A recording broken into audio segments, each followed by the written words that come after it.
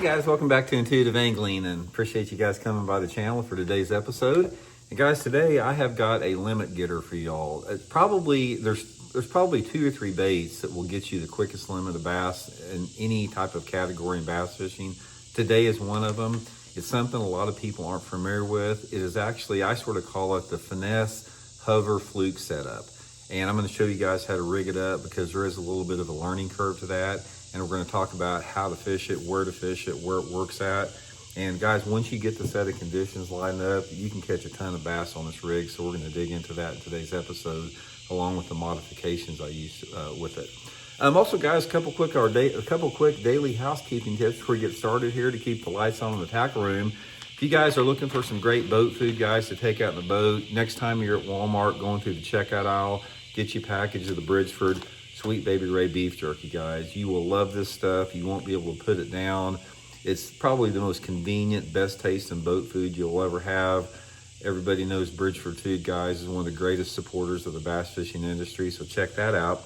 And also, guys, we're going to be talking today about the Tiny Fluke and the hover rig. This is the Tiny Fluke we're going to be talking about, and this is the Core Tackle hover rig.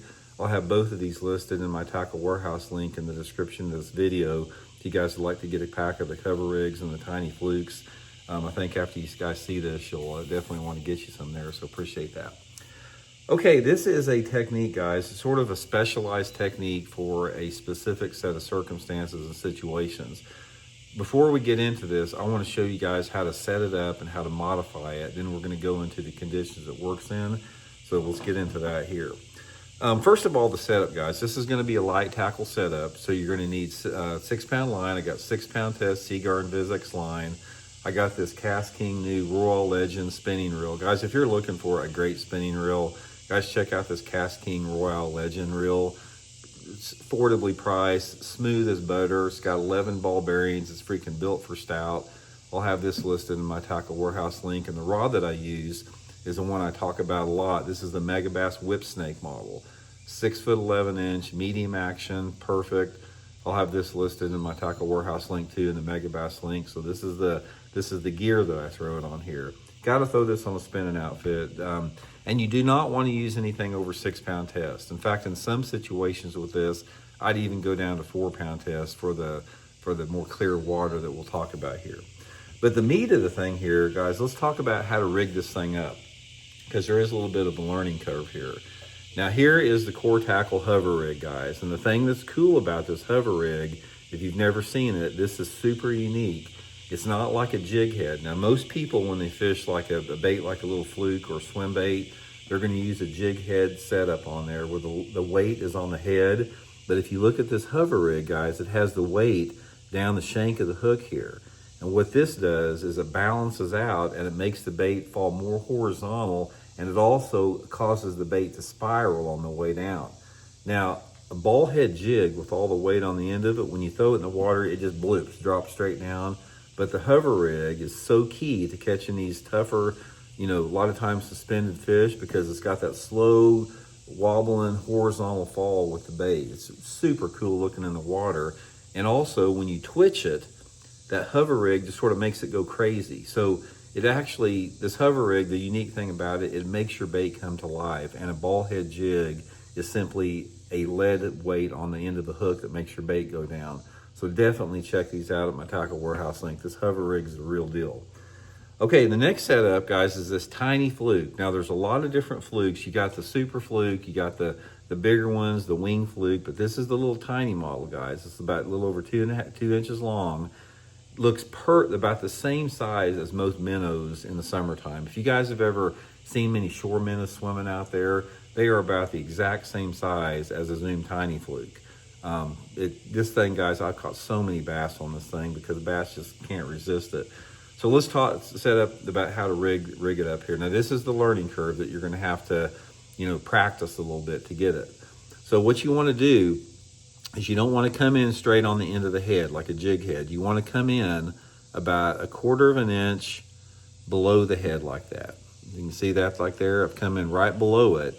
And then I'm going to thread it up through there. And it's so critical, guys. Take your time, because if you don't get this perfectly straight, it's not going to run right. So go perfect, go real smooth. If you're like me, you got to put your reading glasses on to see it, and push it up like this, and it's going to look like that. And then what you're going to do is you're going to push it all the way to the hook, to the eye right there. Now you see you still got the point of the head sticking out.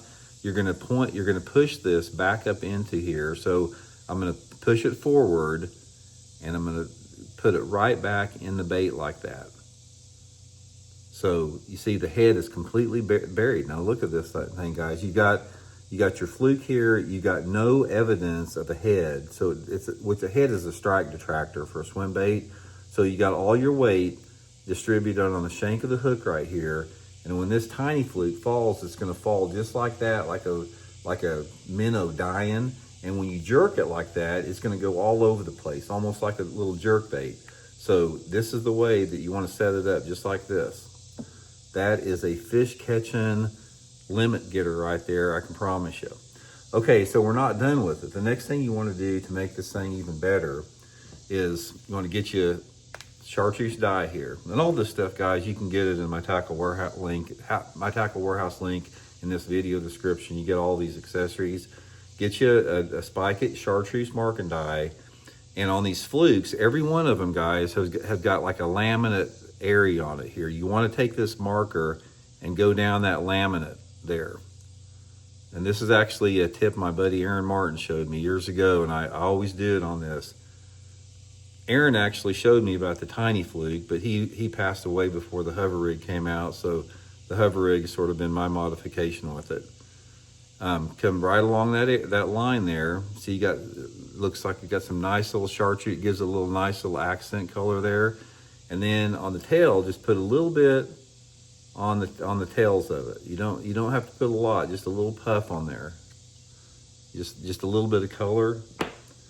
So as you can see here, you get that chartreuse just gives a little bit different look in the water. Now I do this even in clear water. You know, that's the setup that I use even in clear water. And then finally, guys, it's going to get you more bites if you use scent, guys. Try this Baitpop, guys. This will be in my Tackle Warehouse link here. I don't want this to sound like an advertisement.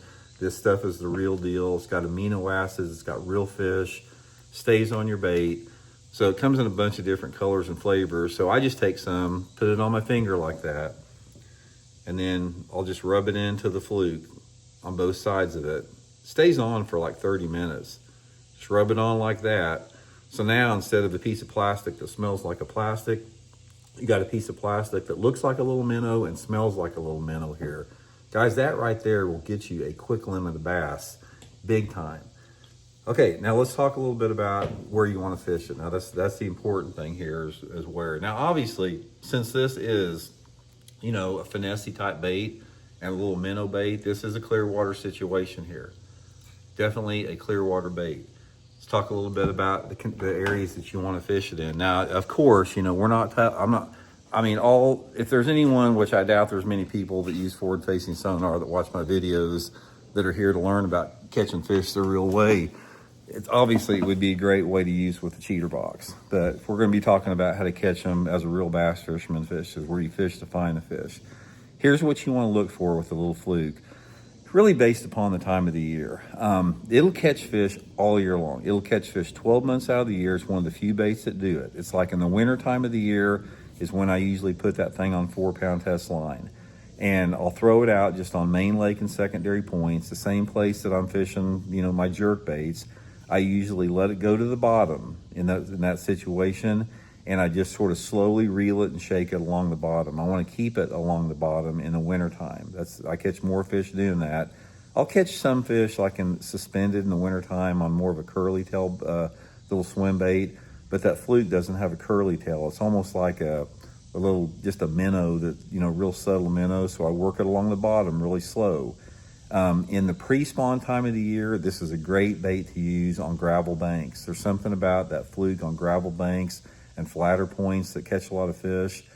Usually fishing at shallower, like in 5 to 10 foot of water, especially if you got spotted bass. I don't fish it much once that water gets about 60 degrees up until the summertime. Summertime is when I love this bait. That's the main thing I want to talk about with the video here, is in anywhere between, say, like June to September. This thing is freaking deadly on bass that are suspended on hard structures. So in other words, this thing is going to work like magic. Throw it around a bridge piling, throw it around the edge or the front of a floating boat dock. It could be a residential dock, it could be a commercial dock. Throw it around those wave breaks out in front of like the marinas and stuff where those fish will suspend around it. And then one of the ways I like to catch them in the summertime of the year is I get back on the points just like I was in the wintertime, and I graph around with my two-dimensional sonar, and if I see any bait fish, like, you know, balls of shad or something like that, I'll just fan cast it in that depth zone that I see them, and I will fish it for suspended fish through there. I'll throw it out in those shad balls, and I'll let that thing spiral down like that hover rig head does. And you can let that thing fall down into those bait balls, and I catch a lot of fish doing that in the summertime, especially spotted bass. But guys, it's just a deadly bait in clear water. You really need to have water visibility. Personally, at least 3.5 foot. I don't fish it much in water visibility less than 3.5 foot. I did really good one time in a tournament at Lake Murray in South Carolina on that bait. In fact, there was an old dude there that told me he likes that bait. You're really good, you know, during the pre-spawn. I caught him like on gravel banks. You know, in that situation, the water visibility was about 3 foot, so that's about the minimum that I like with it. But the main thing I wanted to show you guys with it is how good that thing works for suspended bass on the hover rig head. When those bass are suspended, that hover rig head, guys, is like a dying shad that falls down through the water column. So that's when it shines the best. I mean, and like I said, bass love to suspend around bridge piers. They love to suspend around deeper boat docks, wave breaks, off the end of points, anything like that. And if you do find some fish just suspended out like over submerged timber or just randomly, just take that thing and just pitch it out in front of the boat and let it sort of spiral down through the fish like that. Those things will gobble it up. And of course, I don't condone this whatsoever, but you're not going to find a better, you know, cheater box bait. You know, if you got some fish on a cheater box, you know, putting that thing through the middle of it's definitely going to get you some bites with it. So, you know, guys, give it a try. I know it's going to get you a good limit of fish, and hope it helps out.